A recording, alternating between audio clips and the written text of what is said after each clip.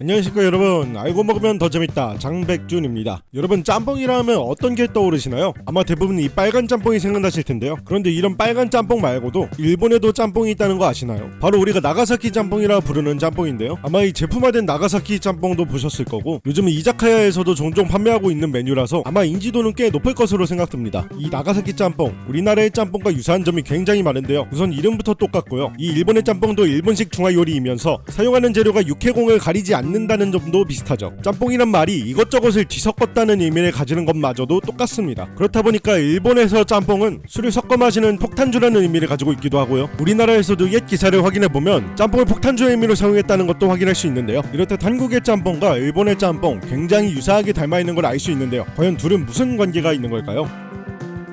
에도시대 일본, 당시 일본은 외국인이라 하면 치를 떨었습니다. 그래서 당시 일본은 나가사키만을 개항하고 외국인들에겐 나가사키야라고 했는데요.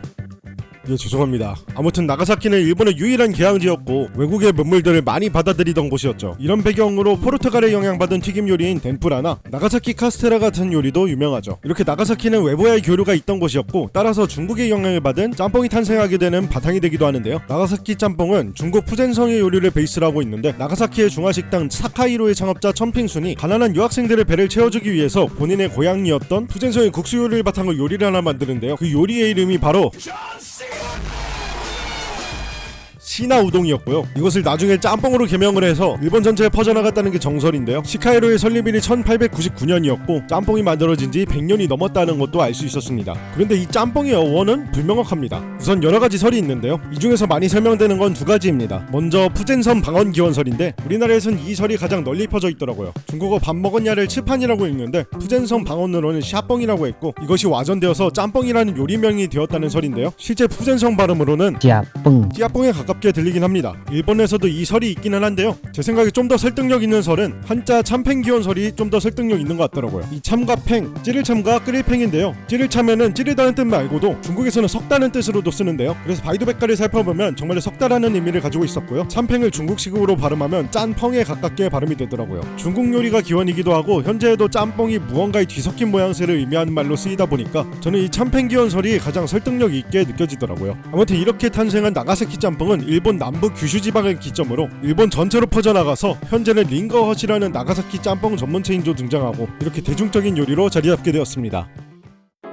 이번엔 우리나라 짬뽕에 대해서 알아볼 건데요. 우리나라 짬뽕의 기원은 크게 두 가지로 설명됩니다. 초마면 기원설은 중국 산둥서에 초마면이란 요리가 있는데, 이 산둥서에 초마면이 들어왔던 게 기원이라는 설이고요. 다른 한 가지 설은 일본의 나가사키 짬뽕이 일본 화교들을 통해서 한국으로 들어왔다는 설입니다. 이렇게 두 가지 설로 나뉘지만 두 가지 모두 짬뽕이라는 이름은 일본에서 온 것으로 보이고요. 우선 첫 번째 초마면 기원설을 좀 살펴볼 건데요. 이 초마면이라는 요리는 지금 짬뽕과는 다르게 맑은 국물의 요리였다고 합니다. 1947년 개업한 전남 목포의 중화루라는 가게의 인터뷰를 보면 확실히 우리나라에서 먹던 초마면은 맑은 국물의 면 요리가 맞는 걸로 보입니다. 중화루 에서 1965년에 사용했던 메뉴판에서 소마면이라 써있는 초마면을 확인할 수도 있네요. 그리고 이것은 1975년 인천 중화요식업 조합의 메뉴판이라고 하는데요. 아예 한자가 조금 다르긴 하지만 짬뽕이 한자로 초마면이라고 적혀 있습니다. 심지어 1964년 기사엔 대놓고 초마면과 짬뽕을 병기해 놓기도 했는데요. 이렇게 보면 초마면은 짬뽕인 것은 확실해 보입니다. 두 번째 나가사키 짬뽕 기원설도 재료와 제조법의 유사성을 생각하면 일리가 있는 것 같은데요. 그런데 이 두 가지 설 모두 명쾌한 해답이 되지는 못하더라고요. 이 초마면과 짬뽕 모두 굉장히 기록이 불분명하다는 게 문제인데요. 우선 초마면 기원설은 현재 산둥식 초마면이라는 요리에 대한 정보가 거의 나오지 않는다는 점이 문제예요. 이렇게 바이두에서 초마면을 검색해보면 하얀 국물 요리는커녕 붉은 양념의 비빔면이 나오고요. 우리가 봤던 비주얼의 초마면은 존재하지 않더라고요. 물론 비주류 요리라서 인터넷에 기록이 안 남아있을 확률을 배제할 수는 없지만 이로 인해서 정말로 초마면이 기원인지는 확신하기는 어렵더라고요. 그리고 두 번째 나가사키 짬뽕 기원설도 일본 화교들의 음식이 한국으로 넘어오게 된 계기를 명확하게 설명해주는 자료들은 없었습니다. 그리고 짬뽕이 과거 초마면이라고 불렸던 이유에 대해서도 명확하게 설명이 되지 않는데요. 그래서 이 두 가지 설에 대해서 찾아본 자료를 토대로 제가 혼자서 생각해본 이야기가 있는데요. 정말 재미로만 들어주세요. 일제강점기 당시 초마면이나 짬뽕이라는 음식이 나오는 기록은 찾아볼 수가 없었는데요. 일제강점기 동안 짬뽕이라는 단어를 사용해도 한국에서 먹던 요리는 아니었던 걸로 보입니다. 그러던 중에 1937년도 큰 사건이 하나 있었죠. 일제가 중국을 침략한 중일 전쟁이 일어난 해입니다. 중국과 일본이 전쟁을 하고 있으니까 일본 내부의 화교의 입지는 당연히 불안정해졌겠죠. 그래서 화교들은 일본을 많이 떠났는데요. 1930년대 일본 내 화교 인구가 3만 명이었는데 중일 전쟁 이후 14,000명까지 줄어들게 됩니다. 됩니다. 이 화교들은 이제 귀국하거나 다른 길을 찾아야 했겠죠. 1945년 일제가 패망을 했음에도 국공내전이 발발했고, 이러한 흐름 속에서 일본에 있던 화교가 한국에 유입이 되었을 것으로 추측이 됩니다. 그 사이 일본 화교들에 의해서 한국에도 짬뽕이 퍼지게 된 거죠. 그런데 이 짬뽕이라는 이름을 그대로 사용하기에는 일제에 대한 반감이 컸기 때문에 정말로 산동성이 있던 초마면의 이름을 따왔거나 재료를 볶는다는 의미로 초마면 혹은 소마면이라는 이름을 붙였다는 생각이 드네요. 그런데 짬뽕이라는 이름을 처음 사용했기 때문에 초마면으로 완벽히 대체가 되지 않고 짬뽕이라는 이름으로 남은 걸로 생각이 됩니다. 이렇게 생각하면 일제강점기에 초마면에 대한 기록이 없는 것과 짬뽕이라고 부르게 된 이유에도 설명이 되는 것 같은데요. 물론 근거도 부족하고 제가 전문가인 부분도 아니다 보니까 정말로 재미로만 들어주시면 감사하겠습니다. 이와 관련된 내용으로 더 정확한 정보 아시는 분들이 있으시면 댓글로 많이들 남겨주세요. 이렇게 한국에서 판매되던 짬뽕은 1970년대부터 매운맛을 넣은 짬뽕이 유행하기 시작하면서 지금의 짬뽕으로 변화해갔다고 하네요. 짬뽕이든 초마면이든 이 정도로 원본과 달라진 음식이면 이젠 그냥 한식 취급하는 게 맞는 것 같습니다.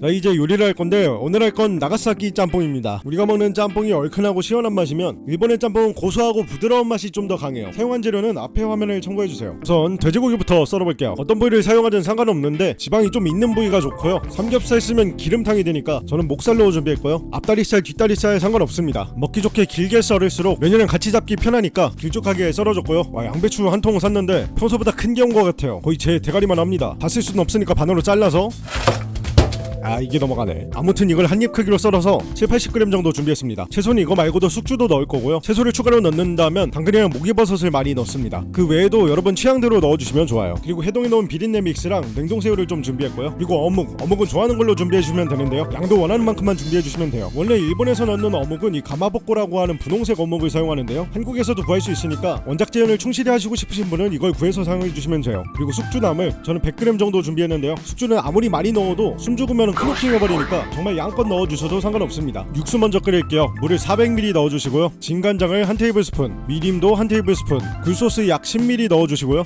설탕 1티스푼, 소금도 1티스푼 넣어주세요. 우유를 취향껏 50에서 100ml 넣어주세요. 이거 보고 솔직히 깜짝 놀란 분들 많으실 것 같은데요. 우유를 넣어야 부드럽고 고소한 국물이 완성되더라고요. 국물을 끓이다 보면은 국물을 끓이고 있는 건지 커피우유를 끓이고 있는 건지 아리까리하지만 걱정 마세요. 그리고 마지막으로 혼다시를 반 티스푼 정도 넣어줍니다. 여기서 좀 깜빡해서 치킨 스톡을 안 넣었는데요. 저는 이따 뒤늦게 추가할 거지만 여러분은 지금 넣어주시는 게 좋겠죠. 자, 이제 기름을 달궈서 돼지고기를 먼저 볶아서 라드를 뽑아줄 거고요. 고기가 반 정도 있고 라드가 좀 뽑아졌으면 이제 해물을 넣어주겠습니다. 새우와 오징어가 익을 때까지만 볶아주시고 숙주를 제외한 모든 채소를 투하해주세요. 그리고 양배추 숨이 반 정도 죽을 때까지 볶아주시고요. 그리고 이 냄비를 사정없이 흔들어서 볶아주시면 뭐 별다른 건 아니고 그냥 멋있습니다. 여자친구나 남자친구 앞에서 한번 해보세요. 마무리로 숙주를 넣고 숙주 비린내가 빠질 때까지만 볶아주시고요. 마지막으로 육수를 넣고 한번 끓여주세요. 저는 이때 아까 빼먹은 치킨 스톡을 넣었습니다. 치킨 스톡 말고도 돼지뼈 분말 같은 거 사용하시면 좋아요. 이제 이걸 미리 삶아둔 면과 잘 담아서 드시면 되겠습니다.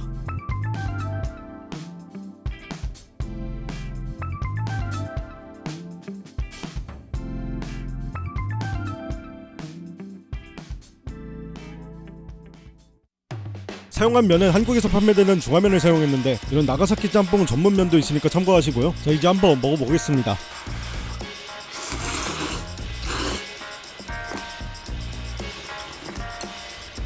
우리나라 짬뽕 생각하고 먹으면 안 돼요. 완전히 다른 맛입니다. 우리나라 짬뽕 같은 경우는 되게 자극적이고 매콤하고 얼큰하고 이런 걸 추구하잖아요. 근데 나가사키 짬뽕은 기본적으로 부드러운 맛이 더 강해요.